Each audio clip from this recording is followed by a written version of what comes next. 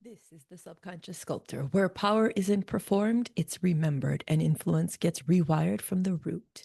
Listen, if you've been asking yourself, why do I keep planning and still feel stuck? Today's truth might sting a little bit, but it's going to help set you free.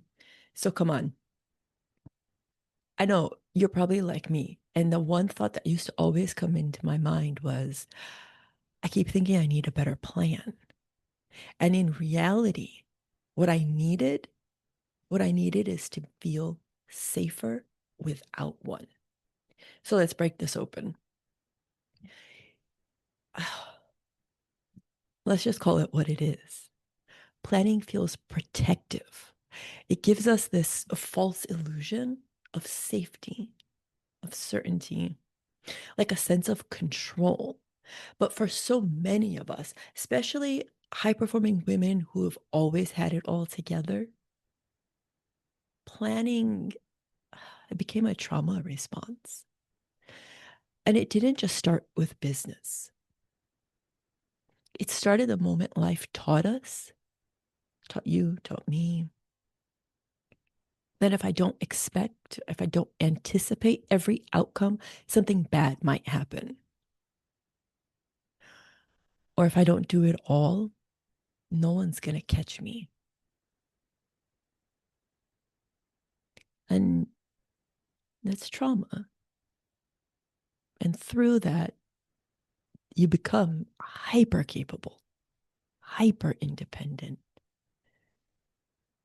But what happens underneath is our nervous system stopped trusting flow and started worshiping control.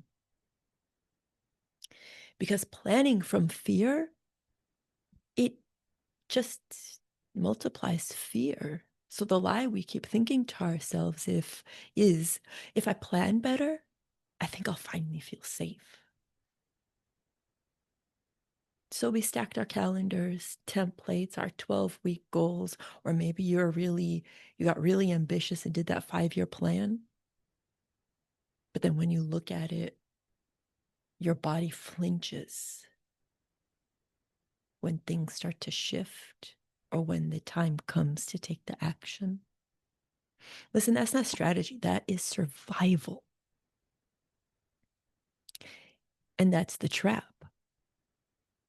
You start to delay decisions because you don't want to get it wrong, right? The thought process, the lie in the background is if I can just get it perfect, then I'll move. I was the queen of this.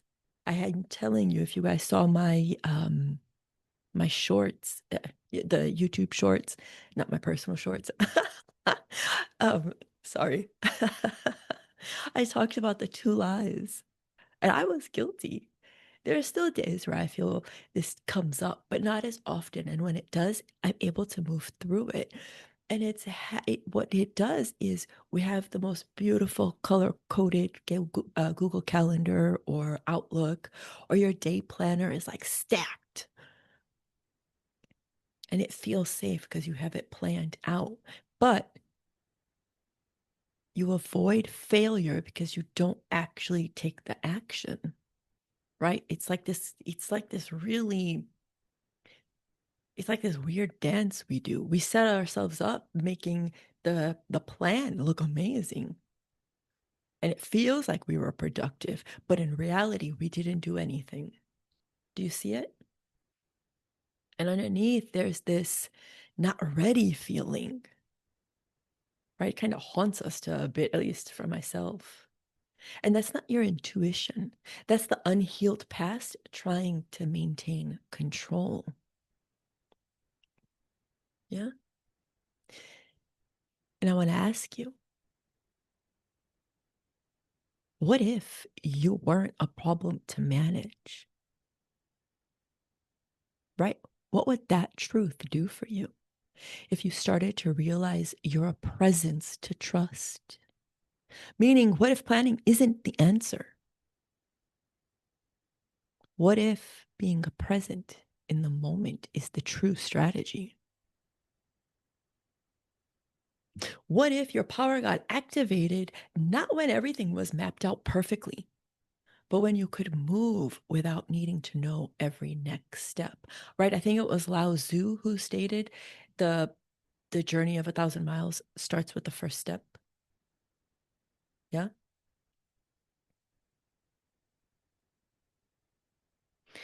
When your nervous system feels or learns how to stay instead of fix, that's when money starts to land. The ideas drop in. The aligned action becomes like a no brainer. It's so obvious. Not because you planned it, but because you felt safe without having to have all of it organized.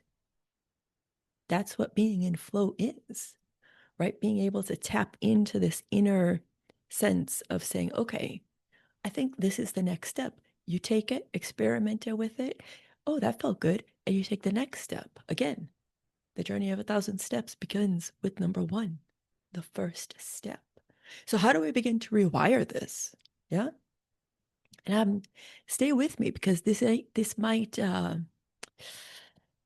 a little bit to try. Not because you don't, I mean, you're a high performer. So it's not that there, I mean, yeah, there's fear, but we've learned to like walk with the fear, but it's gonna put a mirror to you. And the reflection might not be your favorite. But I want you to give yourself grace as we start to rewire this here in real time because you don't need to abandon planning altogether. I still have my Google Calendar, and let me tell you, it is beautiful. Not only is it organized with my main priorities, but there's space built into my Google Calendar where my flow, dude, I have been on such a creative like there's a fire. It's felt so good. But what did I do? I still have the structure, right? My masculine is still holding the space for my feminine. It's still they're dancing together now. And that's what I want to do for us here in real time. So you don't just need to shift. Sorry, you just need to shift who is doing the planning, your fear or your future self, your trauma or your truth. And you're going to have to get honest. That's what I was trying to say. Like, this might be a little confronting, right? Because now the mirror, you're looking at yourself and you're like, oh, is that why this always feels so heavy? Again, I use myself as an example. I could use clients too, but that's private, right? In my one-to-one work, I always honor, or even in my group work, I honor that space. So that's why I usually use myself as the example. Again, I had the best laid out plans, but I wouldn't show up for it because I was scared. What if? What if I did it wrong? Well, here's the thing. What I learned was if I did it wrong, and I use air quotes because really, I got to experiment with it. I got to do it again. I got to say, oh, what if this time it wasn't wrong, but it was just a new way of doing it, right? Like, how good did that feel to let that land in your body for a second? It's not that it's right. It's not that it's wrong. It's just different. We get to have a trial and error. So, your trauma or your truth, your future self or your fear, who is taking the lead? So, let's start to recalibrate this. I want you to pause before you plan and ask, what part of me is speaking right now? Is it my panic or is it my presence? Because if it's panic, you want to stop, pull back. And I'm going to ask you, start small. I know we're high performers. We are like shooting beyond the moon. But start small here, especially if it's new, right? If it's new, you want to take that first step that feels safe. Because again, that's what we're wanting to build in our presence. It's this level of safety. So start small. Take one action before you're ready. Let your body learn that movement can be safe and regulate. Then respond. Let your nervous system set the tone, not your anxiety. And you're going to do that with your breath. I know, sounds super easy. Sometimes the simplistic tools are the ones we often overlook because just hear me out for a second. When we're in fear, what's the first thing we tend to do? We hold our breath. So you're not breathing. So, friend, breathe in deep, deep breaths. And when we breathe, we want to have our stomach, our belly expand first, then our chest. Because so many of us, we were trained as shallow breathers, but that's not real breathing. Then respond from your presence, because it's presence over panic, capacity over control, and power over performance. If this landed, if you felt your shoulders drop at any point, comment truth below.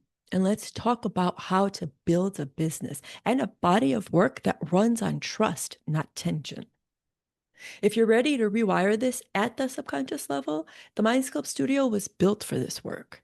You have access to hypnosis, nervous system recalibration, identity recoding, all of it under one roof. You don't need another 90-day plan. What you need is a new default setting.